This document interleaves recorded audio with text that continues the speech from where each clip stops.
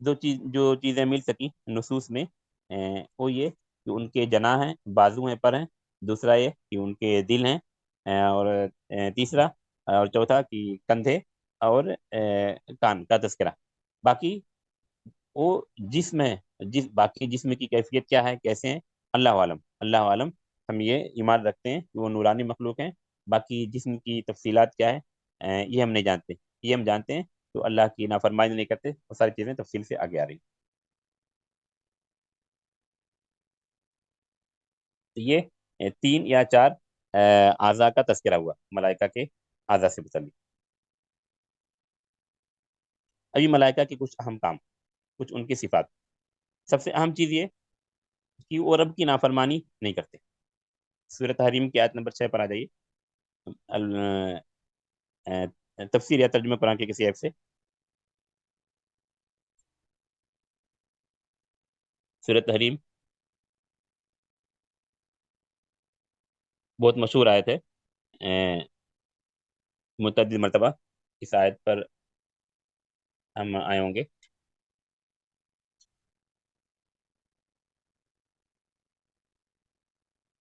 تحریم، تحریم، سورہ نمبر 66 ہے۔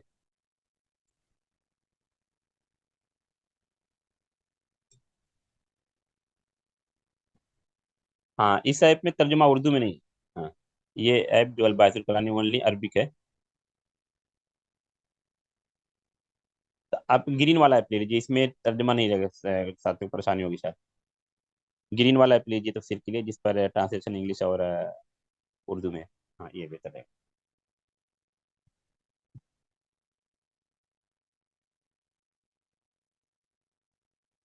ہاں، تحریم آیت نمبر 6۔ ہاں، 66۔ ہاں، اس میں ملائکہ کی شدت اور قوت اور شوکت، بطش، یہ بھی بتایا گیا۔ غلاظ شداد، علیہ ملائکۃ غلاظ شداد، پھر لا یعصون اللہ ما امرہم۔ یہ بڑی خوبی ہے کہ رب کی نافرمانی نہیں کرتے، ویفعلون ما یؤمرون، جو رب کی جانب سے انہیں حکم ملتا ہے وہ کرتے ہیں۔ لا یعصون اللہ ما امرہم ویفعلون ما یؤمرون، ملائکہ، فرشتے رب کی نافرمانی کرتے ہی نہیں، اور جو انہیں حکم ملتا ہے رب کی جانب سے وہ کرتے ہیں، اس کی نافرمانی نہیں کرتے۔ سورۃ القدر میں ایک لفظ تھا، شاید وہاں پر اشارہ کیا ہوں گا، تنزل الملائکۃ والروح فیہا بِإِذْنِ ربہم، بِإِذْنِ ربہم، رب کے اذن سے، رب کے امر سے نازل ہوتے ہیں۔ تو یہاں پر اس کی اور تفصیل ہے سورۃ تحریم کے آیت میں، لا یعصون اللہ ما امرہم، ملائکہ رب کی نافرمانی کرتے ہی نہیں، اور انہیں جو حکم ملتا ہے رب کی جانب سے وہ کرتے، اسے بجا لاتے ہیں، نافرمانی کرتے ہی نہیں۔ بلکہ ایسا کہنا اگر ممکن ہے تو کہہ سکتے ہیں تو وہ رب کی نافرمانی کر ہی نہیں سکتے۔ یہ انسانوں کو اختیار ہے کہ رب کے احکام کو مانے یا نہ مانے۔ اللہ نے صحیح اور غلط دونوں راستے، ایمان اور کفر کے راستے، سنت اور بدعت کے راستے، خیر و شر کے راستے بتا دیے، وہدیناہ النجدین۔ آدمی کو اختیار ہے، لیکن ملائکہ کے ہاں رب کی نافرمانی کا عنصر ہے ہی نہیں، وہ رب کی نافرمانی کرتے ہی نہیں، کر بھی نہیں سکتے، کیونکہ ان کو کونی نظام، دنیا کا نظام چلانا ہے، اور رب کی نافرمانی کریں گے دنیا کا نظام درہم برہم ہو جائے گا۔ جس طرح سورج چاند رب کی نافرمانی نہیں کر سکتے اور دیگر مخلوقات رب کی نافرمانی نہیں کرتے، اسی طرح ملائکہ بھی رب کی نافرمانی نہیں کرتے، ورنہ دنیا کا پورا نظام درہم برہم ہو جائے گا۔ تو یہ سب سے پہلی صفت تھی، اور اسی صفت کے تابع اگلی چیزیں جو بتائی جائیں گی، رب کی نافرمانی نہیں کرتے، ہمیشہ رب کے اوامر کو بجا لانے میں لگے رہتے، رب کے اوامر کو بجا لانے میں لگے رہتے ہیں۔ اس سے متعلق متعدد آیتیں جس میں کہا گیا کہ ملائکہ رب کی تسبیح بیان کرتے ہیں، رب کی تحمید بیان کرتے ہیں، رب کی تقدیس بیان کرتے رہتے ہیں۔ متعدد آیتیں اس مفہوم کی ہیں۔ ایک تو آیت وہ جس میں ابتداء خلق کا تذکرہ، سورہ بقرہ کی آیت نمبر 30 لے لیجیے، جس میں اللہ تبارک و تعالیٰ نے فرشتوں سے کہا کہ میں خلیفہ بنانے والا ہوں زمین میں، آدم کی خلقت کی جانب اشارہ تھا، تو انہوں نے کہا تھا آپ ایسی مخلوق کو بنانے والے جو فتنہ فساد کریں گے، خون ریزی کریں گے، حالانکہ ہم کیا کرتے ہیں، ہم رب آپ کی تسبیح تحمید بیان کرتے ہیں، آپ کی تقدیس بیان کرتے ہیں۔ تو ابھی جو لا یعصون اللہ ما امرہم تھا، اس کی مزید تفصیل، رب کی نافرمانی نہیں کرتے، رب کے اوامر کو بجا لاتے ہیں، تو ان کا کام ہی رب کی تسبیح بیان کرنا، رب کی تحمید بیان کرنا، رب کی کبریائی بیان کرنا، رب کی تحلیل، رب کی تکبیر، رب کی عظمت، رب کی تقدیس، کچھ آیتیں لیتے ہیں جو اس مفہوم کی ہیں. جب ملائکہ نے کہا اتجعل فیہا من یفسد فیہا، آپ ایسے مخلوق، ایسا خلیفہ بنانے جا رہے ہیں جو فتنہ فساد کرے گا زمین میں، ویسفک الدماء، اور خون ریزی کرے گا. حالانکہ ہم کیا کرتے رہتے ہیں، نسبح بحمدک، ہم آپ کی تسبیح بیان کرتے رہتے ہیں، بحمدک، تحمید کے ساتھ، یعنی تسبیح کے لیے جو الفاظ علماء بیان کرتے ہیں، سبحان اللہ، تحمید کے لیے الحمدللہ، اور دونوں کو جمع کر کے سبحان اللہ والحمدللہ، یا سبحان اللہ و بحمدی، یا سبحان اللہ و بحمدی. متعدد آیتوں میں یا حدیث میں صرف تسبیح الگ اور تسبیح کے ساتھ تحمید، یا یسبحون بحمدہ نسبح بحمدہ، اس طرح کے تعبیرات، اصطلاحات قرآن اور حدیث میں استعمال کی گئی ہیں. تو سبحان اللہ و بحمدہ یا سبحان اللہ والحمدللہ دونوں اس میں داخل ہو گئے. وَنُقَدِّسُ لَكَ، اور آپ کی تقدیس بیان کرتے ہیں. تقدیس کا تذکرہ یہاں پر اور دوسری آیتوں جو بتائی گئی وہاں پر تسبیح اور تحمید تو اکثر آیتوں میں آیا. تو ملائکہ نے اپنے کیا کام بتائے اس آیت میں، جو ابتدا خلقت کا تذکرہ ہے، اور سورہ بقرہ کی ابتدا کی آیت ہے.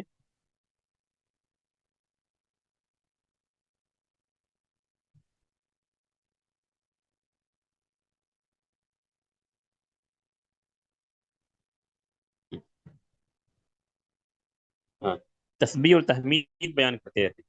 تسبیح بیان کرنا ہی ان کا کام ہے. وَنَحْنُ نُسَبِّحُ بِحَمْدِكَ وَنُقَدِّسُ لَكَ. متعدد آیتیں کس مفہوم کی ہیں، کچھ آیتیں اور لیتے ہیں. یہ ابتدائی خلقت کا تذکرہ تھا، اس لیے اس آیت سے شروع کر رہے ہیں، اور ترتیب کے اعتبار سے بھی شروع میں.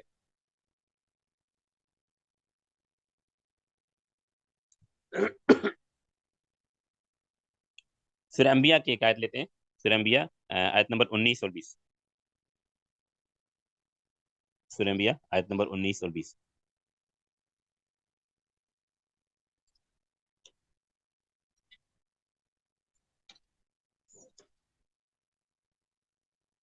ہاں، اس میں تسبیح بیان کرنے کے ساتھ ایک چیز اور بیان کی گئی، اس لیے اس آیت کو پڑھ رہے ہیں کہ وہ تسبیح بیان کرتے رہتے ہیں. وہاں پر صرف نصب تسبیح بیان کرتے ہیں سورہ بقرہ کی آیت میں. یہاں سورہ انبیاء کی آیت اختیار کرنے کا مقصد یہ بتایا گیا ہے کہ تسبیح بیان کرتے ہی رہتے، تھکتے نہیں، اور دنوں رات تسبیح بیان کرتے رہتے. وہاں پر تسبیح مجرد تھا، کتنا بیان کرتے ہیں، تھک جاتے ہیں، وہ ساری چیزیں نہیں. یہاں سورہ انبیاء کی آیت میں کیا بیان کیا جا رہا ہے کہ وہ رب کی عبادت، رب کی تسبیح بیان کرتے رہتے دنوں رات، اور اس سے تھکتے نہیں، اسے تھکتے نہیں. آیت نمبر 19 میں جو بیان کیا گیا، ہاں، یہاں وقت کے ساتھ، وقت کے ساتھ، یعنی وقت کے ساتھ نہیں، دوام کہہ سکتے ہیں، ہمیشہ، ہمیشہ. ہاں، وقت بھی بیان کیا گیا. تسبیح سے پہلے عبادت.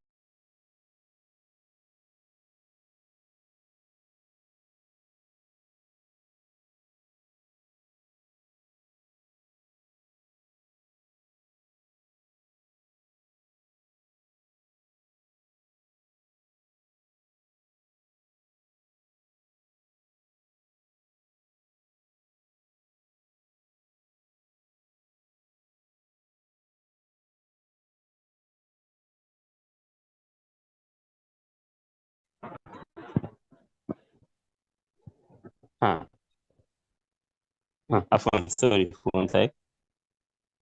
تو یہ آیت نمبر 19 سے دیکھیے. آیت نمبر 19 میں عبادت کا تذکرہ ہے، اور آیت نمبر 20 میں تسبیح کا تذکرہ. عبادت کا تذکرہ کیا گیا تو کیا کہا، ومن عنده لا يستكبرون عن عبادتی.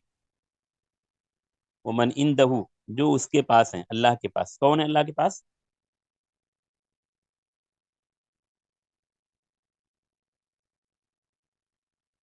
ومن عنده، ملائکہ، فرشتے.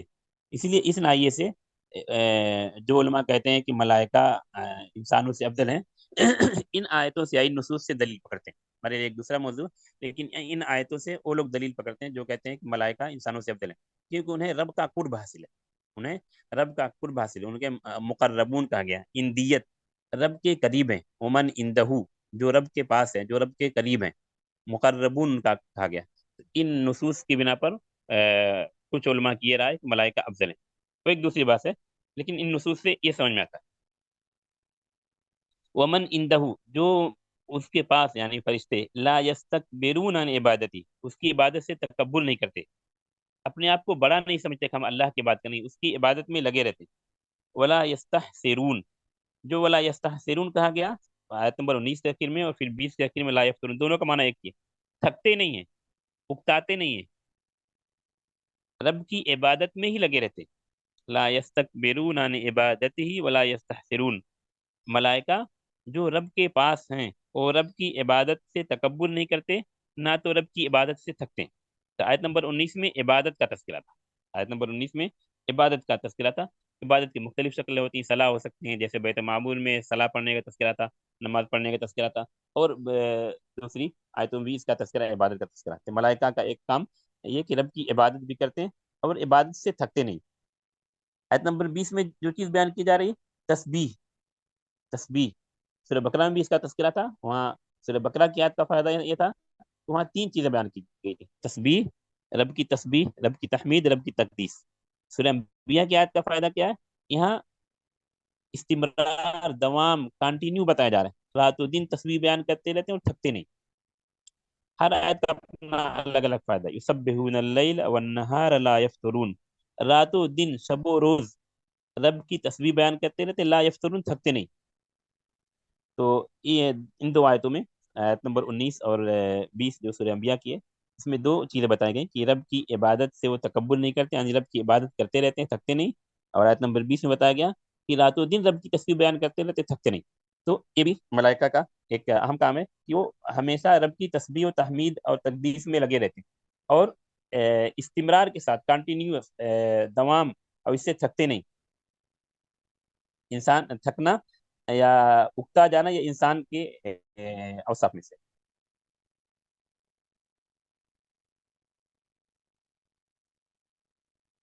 اس لیے سورہ فصلت میں بھی اس مفہوم کی آیت ہے، لیکن چھوڑ دیجیے، اس کو یہی مفہوم ہے.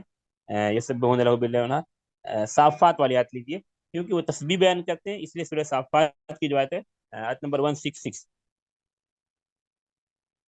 وہاں دیکھیے تسبیح کے ساتھ سیگا بیان کر دیا ہے کہ ہم ایسے ہیں. صافات 166، مسبحون کہاں ہے اس لیے ان کو وہاں پر.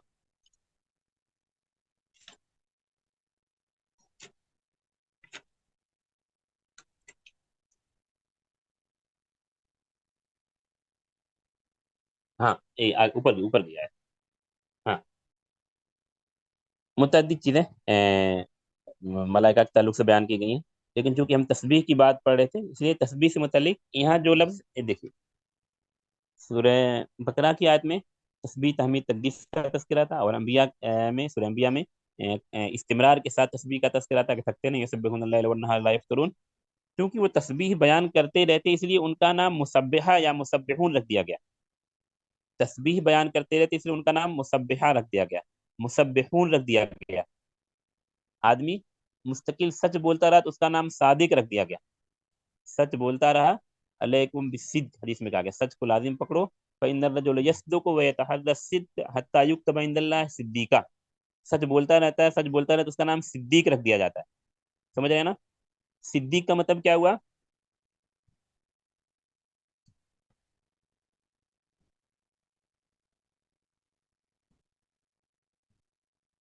سچا، سچ بولتا رہتا ہے، سچ کی تلاش میں رہتا ہے. یس دو کو حدیث میں کہا گیا، یس دو کو ویتحرى الصدق، سچ بولتا رہتا، سچ کی تلاش میں لگا رہتا، تو اس کو کیا لکھ دیا جاتا ہے؟ صدیق. کیا لکھ دیا جاتا ہے اس کو؟ صدیق، سچا. اور سب سے بڑا صدیق کون ہے؟ کیونکہ ہم تمام چیزوں کو کوشش کرتے ہیں افضلیت میں، اولیت میں، تقوا میں، اس کو صحابہ کرام سے جوڑنے کی. سب سے بڑے صدیق کون ہے؟ نہیں نہیں، سب سے بڑا صدیق کون ہے امت میں؟ خاص، خاص یہ عام. ہاں ہاں، صحابہ میں، ان صحابہ میں سب سے بڑا صدیق کون ہے؟ نہیں، ابھی جواب نہیں آیا. انبیاء نہیں. ابو بکر. ابو بکر، ابو بکر کو صدیق امت کہا جاتا ہے. ابو بکر صدیق امت ہیں، ان سے بڑا کوئی صدیق نہیں. امت، امتیوں میں، صحابہ کرام میں ابو بکر کو صدیق امت کہا جاتا ہے. عائشہ رضی اللہ عنہا کو صدیقہ بنت صدیق کہا جاتا ہے.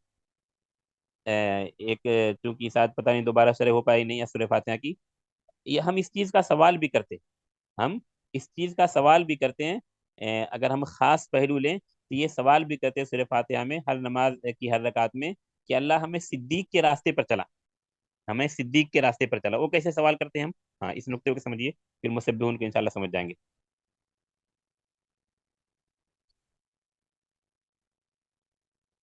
ہم نماز میں کیسے یہ سوال کرتے ہیں کہ اللہ ہمیں صدیق، ابو بکر صدیق کے راستے پر چلا، تعین کے ساتھ میں کہہ رہا ہوں. ہم نماز میں یہ سوال کرتے ہیں، ہاں، کہ ہمیں ابو بکر صدیق سیدھے راستے پر چلا. ہاں، اور کسی کا جواب؟ دین الصراط المستقیم، ماشاء اللہ. ہاں، سمجھنے کی کوشش کی. ہاں، انعمتا، ہاں، صحیح، ماشاء اللہ. ہاں جی، انعمتا. ہاں ٹھیک ہے. یہ بھی انشاءاللہ اصول تفسیر سمجھنے کا ایک فائدہ ہے. بہرحال اس کو بتا دیتا ہوں کیونکہ عظمت صحابہ کا پہلو غالب ہے کہ انعمت علیہم. اور جب عظمت صحابہ کی بات ہوگی ترد شیعہ ترد رافضیت اپنے آپ آ جاتی ہے، وہ کہنے کی ضرورت نہیں. ومن اهدنا الصراط المستقیم صراط الذین انعمت علیہم، جن لوگوں کے پر تو نے انعام کیا. اللہ صراط مستقیم کا سوال کرتا ہوں، اس صراط مستقیم کا جن پر تم لوگوں جن پر اللہ آپ نے انعام کیا. صراط الذین انعمت علیہم، جن لوگوں پر رب تو نے انعام کیا ان لوگوں کے راستے پر مجھے چلا. کن لوگوں پر انعام کیا؟ صرف فاتحہ میں اس کا تذکرہ نہیں، صرف فاتحہ میں ان کا تذکرہ نہیں. انبیاء پر انعام کیا، رسولوں پر انعام کیا، صدیقین پر، شہداء پر، صالحین پر، نیک لوگوں پر. لیکن سورہ نساء کی ایک آیت میں، آیت نمبر 69، وہاں پر اس کی تفصیل بتائی گئی. یہ بھی اس ضمن میں آئے گا کہ آیت کی تفصیل آیت سے کن پر اللہ نے انعام کیا ان کا تذکرہ کیا. فَأُولَٰئِكَ مَعَ الَّذِينَ أَنْعَمَ اللَّهُ عَلَيْهِمْ مِنَ النَّبِيِّينَ وَالصِّدِّيقِينَ وَالشُّهَدَاءِ وَالصَّالِحِينَ. چار لوگوں کا نامزد تذکرہ، نام لے کر، جن پر انعام کیا. کون کون لوگ؟ نبی، دوسرے نمبر پر صدیقین، تیسرے نمبر پر شہداء، چوتھے نمبر پر صالحین. واضح؟ تو جن پر اللہ نے انعام کیا، منعم علیہم، منعم علیہم، عین کو فتح، جن پر اللہ نے انعام کیا، کیونکہ منعم عین کے کسرہ کے ساتھ فائل ہو گیا، اللہ و منعم، انبیاء، صدیق، شہداء، صالحین. ماشاء اللہ. ہاں، تو یہ چار طرح کے لوگ جن پر رب نے انعام کیا. تو انبیاء میں تمام انبیاء کے راستے کا سوال، اور سب سے افضل رسول نبی کریم صلی اللہ علیہ وسلم کے راستے کا سوال. اس کے بعد صدیقین کے راستے کا سوال. صدیقین میں سب سے بڑے صدیق کون ہے؟ سب سے اعلیٰ، سب سے عرفہ، سب سے افضل صدیق کون ہے؟ ابو بکر صدیق رضی اللہ عنہ. ابو بکر صدیق رضی اللہ عنہ. اسی لیے علماء کہتے ہیں سورہ فاتحہ کی یہ آیت صراط الذین انعمت علیہم، یہ ابو بکر صدیق کی فضیلت پر بھی دلالت کرتی ہے، ابو بکر صدیق کی فضیلت پر بھی دلالت کرتی ہے. لیکن یہ کب سمجھیں گے آپ؟ جب منہج سلف کے مطابق تفسیر پڑھیں گے، جب طریقے سلف کے مطابق تفسیر پڑھیں گے. اگر آپ بدعی طریقے کے مطابق تفسیر پڑھیں گے تو پھر صحابہ کرام پر لان تان تبرہ سب کو شتم شروع کر دیں گے، نعوذ باللہ. اس لیے میں کہتا ہوں کہ روافض ان آیتوں کو پڑھ کر کیا سمجھتے ہیں اللہ بہتر جانے. جو جن کا کام ہے صحابہ کرام کو برا بلا کہنا، وہ ان آیتوں کو پڑھ کر کیا سمجھتے ہیں. لیکن ہم تو مانتے ہیں کہ ہم نماز کی ہر رکعت میں یہ دعا کرتے ہیں کہ ابو بکر صدیق کے راستے پر بھی چلا، کیونکہ سب سے بڑے صدیق ہیں، سب سے بڑے صدیق وہی ہیں، صدیق امت کے راستے پر چلا. ہاں، یہ آیتیں بھی گزر چکی ہیں ایمان کے فضائل ہے اس میں. فَإِنْ آمَنُوا بِمِثْلِ مَا آمَنْتُم بِهِ فَقَدِ اهْتَدَوْا، کیونکہ صحابہ کرام کے ایمان کو اللہ نے معیار قرار دیا. سورہ بقرہ کی آیت، سورہ بقرہ کی ابتدا کی آیت ہے جو منافقین کے اوصاف بیان کیے گئے وہاں. وَإِذَا قِيلَ لَهُمْ آمِنُوا كَمَا آمَنَ النَّاسُ، جب منافقین سے کہا جاتا ہے لوگوں کی طرح ایمان لاؤ، لوگوں کی طرح یعنی صحابہ کرام کی طرح، تو انؤمنوا كما آمن السفہاء، کیا ہم سفہاء کی طرح ایمان لائیں؟ اللہ نے خاموشی نہیں اختیار کی، فوراً رد کیا سختی کے ساتھ، اللہ انہم الصفا، صحابہ کرام صفا نہیں، صفا تم ہو منافقین. بہرحال تو صدیق ان کو کہا گیا، صدیق ان کو کہا گیا، اور سب سے بڑے صدیق ابو بکر صدیق رضی اللہ عنہ. یہ ایمان اور عقیدہ صحابہ کی عظمت کی جانب بات ہو گئی. ابھی صاحب انبیاء کرام کی نہیں، ملائکہ کی تسبیح کی بات چل رہی تھی کہ ملائکہ رب کی تسبیح و تحمید تقدیس میں لگے رہتے ہیں. اور سب سے زیادہ لفظ جو استعمال کیا گیا قرآن میں آپ دیکھیں گے تسبیح. تو اس مناسبت سے ان کا نام بھی مسبحون رکھ دیا گیا. کیا مانا ہوگا مسبحون کا؟ تسبیح بیان کرنے والے. سورہ صافات کی جو آیت ہے، ہاں ابھی آپ کے سامنے 166، وَإِنَّا لَنَحْنُ الْمُسَبِّحُونَ، اور ہم تسبیح بیان کرنے والے. کون کہہ رہا ہے؟ آیت یہی تھی، آج سامنے تھی وہ آیت ہمارے، ہاں وہ آیت سامنے تھی، وَإِنَّا لَنَحْنُ الْمُسَبِّحُونَ، ہم تسبیح بیان کرنے والے ہیں۔ کون؟ نحنو یعنی ملائکہ، اس سے پہلے وَإِنَّا لَنَحْنُ الصَّافُّونَ وَإِنَّا لَنَحْنُ الْمُسَبِّحُونَ، ہم سب بصف کھڑے رہنے والے ہیں متعدد مقامات پر، وجاء ربک والملک صفا صفا، نماز میں صف لگاتے، ان یقاتلون فی سفیر صفا کانہم بنیان مرصوص، جنگ میں صف لگاتے ہیں متعدد مقامات پر، وَإِنَّا لَنَحْنُ الصَّافُّونَ، یا نماز میں اللہ کے سننے حدیث میں اللہ تصفون کما تصف الملائکہ، ملائکہ کی طرح تم صفے نہیں لگاتے، وَإِنَّا لَنَحْنُ الْمُسَبِّحُونَ، ہم رب کی تسبیح بیان کرنے والے۔ مسبحون یہ کیا ہے؟ سیگے کے اعتبار سے، صرف کے اعتبار سے،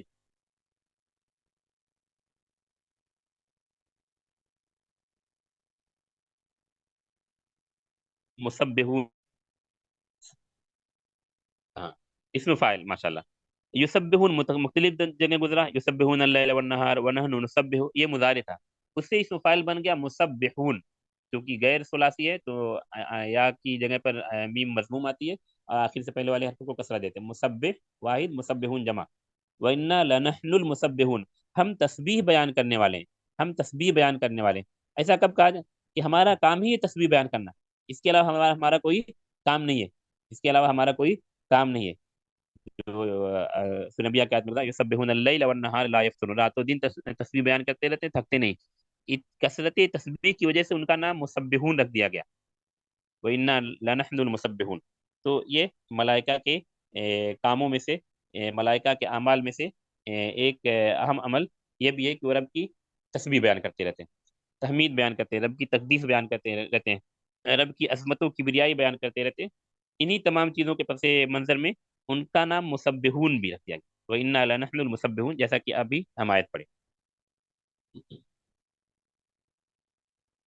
ملائکہ کے کاموں میں سے ایک کام یہ بھی ہے کہ وہ مومنین کے لیے دعائیں مغفرت کرتے رہتے ہیں۔ اس کا تذکرہ شاید جب ایمان کے فوائد ہم پڑھے تھے تو وہاں آیا ہوگا، لیکن پھر بھی دوبارہ یہاں اس کو پڑھتے ہیں تاکہ وہ چیز اور مستحکم ہو جائے کہ ملائکہ اور انسانوں کا تعلق۔ سورہ غافر یا سورہ مومن دو نام اس سورت کا، سورہ نمبر 40،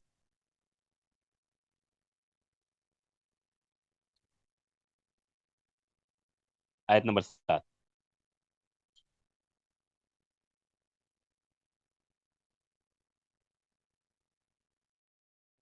7 7 7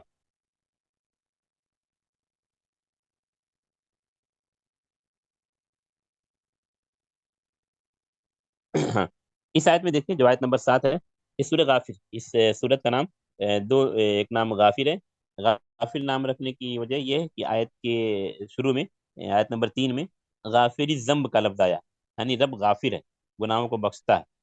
اور دوسری وجہ یہ بھی ہو سکتی ہے غافر نام رکھنے کی کہ اس آیت میں ملائکہ کی مغفرت کا تذکرہ ہے، کہ ملائکہ مومنین کی دعائیں مغفرت کرتے ہیں، جو آیت ہم پڑھ رہے ہیں، وَيَسْتَغْفِرُونَ لِلَّذِينَ آمَنُوا۔ اور دوسرا ایک نام ہے سورہ غافر کا مومن، کیونکہ اس آیت میں اس مومن کا تذکرہ جو اپنے ایمان کو چھپائے ہوئے تھا، آیت نمبر 28 میں، وقال رجل مؤمن من آل فرعون،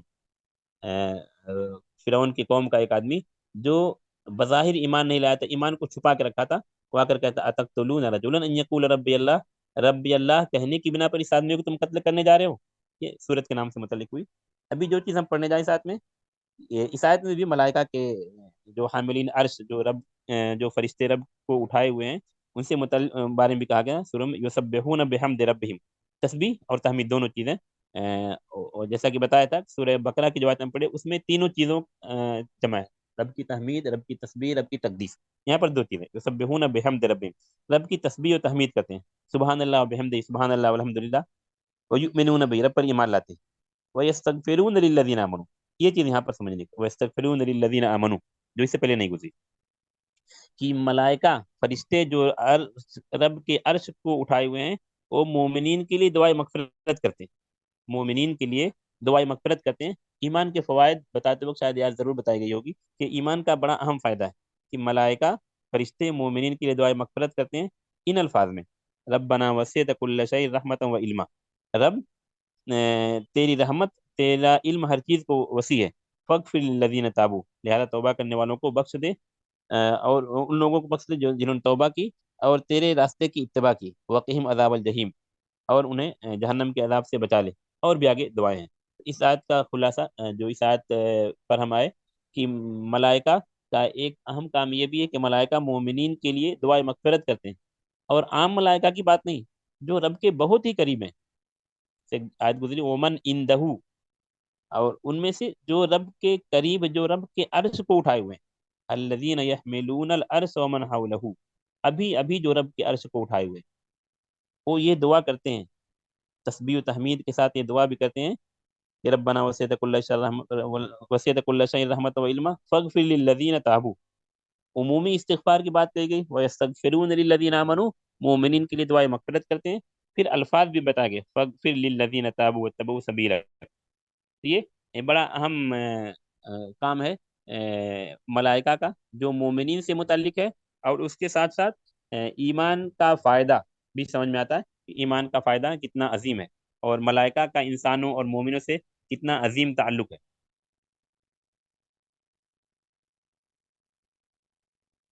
اور یہ چیز جو یہاں بیان کی گئی کہ ملائکہ دعا کرتے ہیں، حاملین عرش، عرش کو اٹھانے والے فرشتے، اس کا تذکرہ حدیثوں میں بھی ہے، لیکن حدیث میں دوسرے مفہوم میں، حدیث میں دوسرے مفہوم میں آئیں گے۔ بخاری پر آئیں، کتب اتساع کے پر 445 نمبر لیجیے بخاری کا، شاید بخاری کا دوسری جگہ پر بھی ہو، بخاری کا لے۔ ہاں،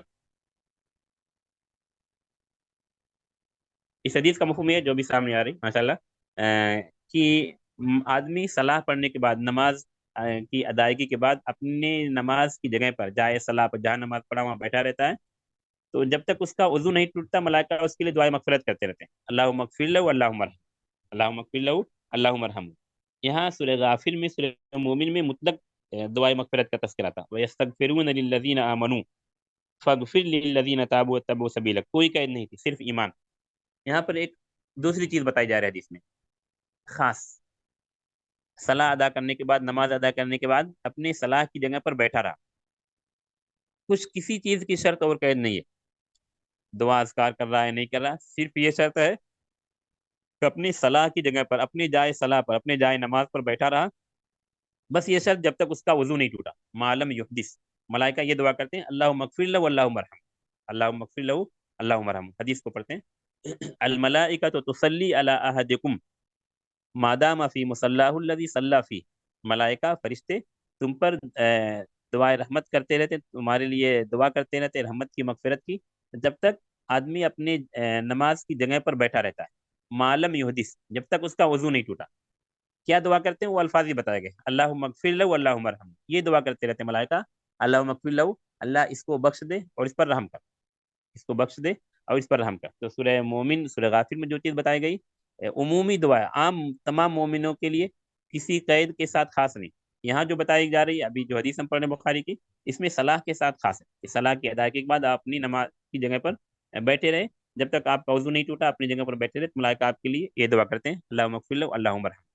یہ ایک بڑا فائدہ ہے نصوص کو ڈائریکٹ پڑھنے کا، یہ طلبہ کو عموماً بتاتا ہوں کہ آپ نصوص کو ڈائریکٹ پڑھیے، ترجمہ کے ساتھ نہیں، ڈائریکٹ جو نصوص ہیں، جو کلام رسول ہے، حدیث کے الفاظ ڈائریکٹ پڑھیے، قرآن کی آیت کو ڈائریکٹ پڑھیے، اس کے بعد ترجمہ پڑھیے۔ اس کا فائدہ کیا ہوگا نصوص کو ڈائریکٹ پڑھنے کا؟ ہاں بتائیں کوئی؟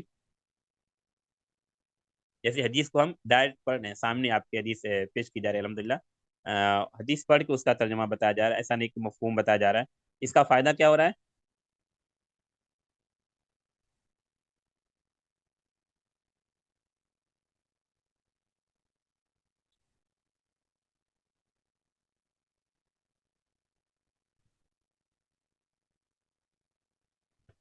ہاں، کیا فائدہ ہو رہا ہے؟ ہاں، عربی سیکھیں گے، یہ بھی ایک فائدہ ہے، ڈائریکٹ ورڈنگ، ہاں زیادہ سمجھ میں آتا ہے، ہاں یہ بھی ایک فائدہ ہے۔ ہاں ہاں، دیکھیے تمام جوابات سے الحمدللہ، سب سے بڑا فائدہ جس کو شاید کسی نے نہیں بتایا، کہ یہ ہم کلام رسول کو پڑھ رہے ہیں، ہم کلام رسول کو ڈائریکٹ پڑھ رہے ہیں۔ آپ دیکھیں گے اپنے سماج معاشرے میں جو بھی جہاں رہے ہیں، مختلف طرح کے لوگ خرافات پیدا کرتے ہیں، کسی نے منہ رسول کے نام پر، کسی نے قدم رسول کے نام پر، کسی نے پوشاک رسول کے نام پر، ساری چیزیں جھوٹ ہیں، ساری چیزیں جھوٹ ہیں۔ جو چیزیں اصل ہے وہ کلام رسول جس کو محدثین نے محفوظ کر رکھا، جس کو محدثین نے محفوظ رکھا، موطا امام مالک سے لے کر حدیث کی چھوٹی چھوٹی کتابیں، بلوغ المرام، ریاض الصالحین تک، ان سب کو یہ اصل کلام رسول ہے۔ رسول نے ایسا ہی کہا تھا، رسول نے ایسا ہی کہا تھا، ویسا ہی ہم پڑھ رہے ہیں۔ محدثین کی یہ محنت ہے اور عمل شاقہ ہے کہ محدثین نے ان تمام کلمات کو، تمام حدیث کو اپنے سینوں میں، پھر کتابوں میں، اوراق میں محفوظ رکھا، اور پھر ہم مختلف وسائل کے ساتھ عیب کی شکل میں بھی ہمارے سامنے موجود ہے الحمدللہ۔ اللہ کے رسول نے ایسا ہی کہا تھا، الملائکۃ تصلی علی احدکم ما دام فی مصلاہ الذی صلی فیہ ما لم یحدث اللہم اغفر لہ اللہم ارحمہ۔ آپ کو تھوڑی دیر کے لیے الفاظ کا معنی نہیں سمجھ میں آ رہا ہے، لیکن کیا یہ برکت کے لیے کم ہے کہ ہم وہی کلمات پڑھ رہے ہیں جو کلمات رسول نے پڑھے تھے؟ رسول نے اسی طرح پڑھا تھا، اسی طرح بولا تھا، ہم اسی طرح پڑھ رہے ہیں، اسی طرح بول رہے ہیں۔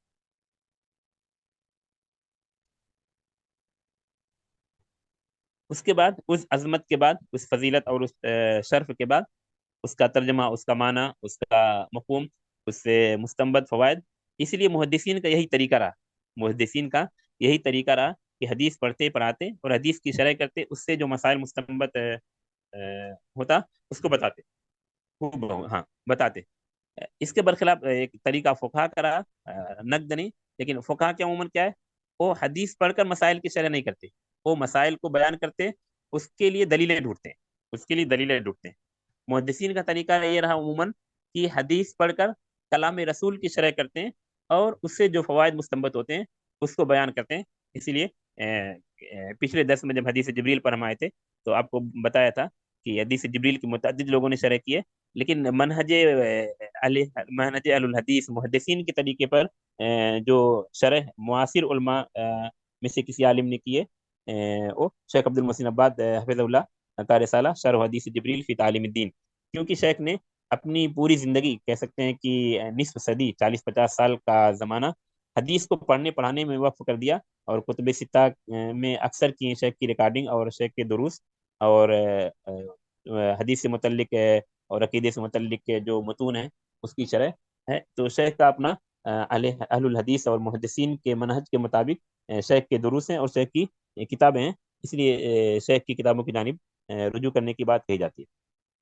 تو یہ سب سے بڑا فائدہ حدیث کو ڈائریکٹ پڑھنے کا۔ اور کچھ لوگوں نے یہ جواب دیا تھا کہ عربی سمجھنا، یہ حقیقت میں عربی یہ بھی ایک ہم زبان سیکھنے کی، بلکہ جیسے الادب العربی کہتے ہیں، ہم عربی ادب پڑھ رہے ہیں، اس طرح الادب النبوی بھی ہے، اس پر بھی کوشش علماء نے کی ہے کہ نبوی ادب، حدیث پڑھ کر اس کے ساتھ ہم زبان بھی سیکھیں، حدیث پڑھ کر ہم زبان بھی سیکھیں۔ اس کے لیے چھوٹی چھوٹی حدیثیں جمع کی جائیں جو آسانی سے طلبہ کو یاد ہو سکیں، جن کے معنی بھی بہت واضح ہے، جو مسجع مکفہ ہیں، جیسے اغتنم خمسن قبل خمسن، شبابک قبل حرمک، صحتک قبل سقمک، غناک قبل فقرک، فراغک قبل شغلک۔ اس حدیث کی خوبی کیا ہے؟ مسجع مکفہ ہے، ہر جملہ کاف پر ختم ہوتا ہے، ہر جملہ کاف پر ختم ہوتا ہے۔ کچھ بڑی بڑی حدیثیں، مطول حدیثیں، لیکن اس میں کچھ چھوٹے چھوٹے جملے ہیں جو بہت ہی معنی خیز ہیں، جیسے حج سے متعلق ایک لمبی حدیث، لیکن اس میں ایک جملہ تھا الحج عرفہ، الحج عرفہ، یہ ایک اصل رکھتا ہے کہ عرفہ کا آپ نے وقوف نہیں کیا تو آپ کا حج نہیں ہوگا۔ تو صرف اتنا یاد کرنا بھی کافی چھوٹے بچوں کے لیے، الحج عرفہ، وقوف عرفہ ہی اصل حج ہے۔ جیسے روزہ کا سیام کا موسم چل رہا ہے تو سیام سے متعلق بہت ساری ایک چھوٹی ایسی حدیث، حدیث الصیام جنہ، الصیام جنہ، 2 کلمات ہیں، حدیث طویل، لیکن اس میں آپ جو یاد کرنے کی، سمجھ لیں کہ آپ اتنا بھی یاد کر سکتے ہیں، الصیام جنہ، روزہ ڈھال ہے برائیوں سے، شہوات سے، منکرات سے، فواحش سے، ہر طرح کی برائی سے رکنے کے لیے، الصیام جنہ، روزہ ڈھال ہے، یہاں تک ڈھال ہے کہ کوئی آپ سے گالی گلوچ کرنا تو بھی آپ کہہ دیں انی صائم، آپ اس کا جواب نہ دیں۔ تو یہ کلام رسول کی اپنی دینی فضیلت، برکت، اس کے ساتھ ادبی پہلو بھی ہے۔ کلام رسول میں، حدیث رسول میں ادبی پہلو بھی ہے، جیسے قیام اللیل سے متعلق ایک بہت مشہور حدیث، ایھا الناس صلوا باللیل والناس نیام والی تدخلوا الجنۃ بسلام، پوری حدیث ابھی دیر میں، اس حدیث کا جو آخری ہر جملہ میم پر ختم ہو رہا ہے، میم پر، ایھا الناس افشوا السلام وصلوا الارحام وصلوا باللیل والناس نیام تدخلوا الجنۃ بسلام۔ اس طرح کی حدیثیں آپ کو یاد کرنے میں آسان ہیں، جس میں ایک وزن پر حدیثیں ہیں،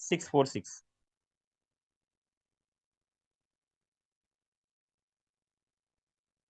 646।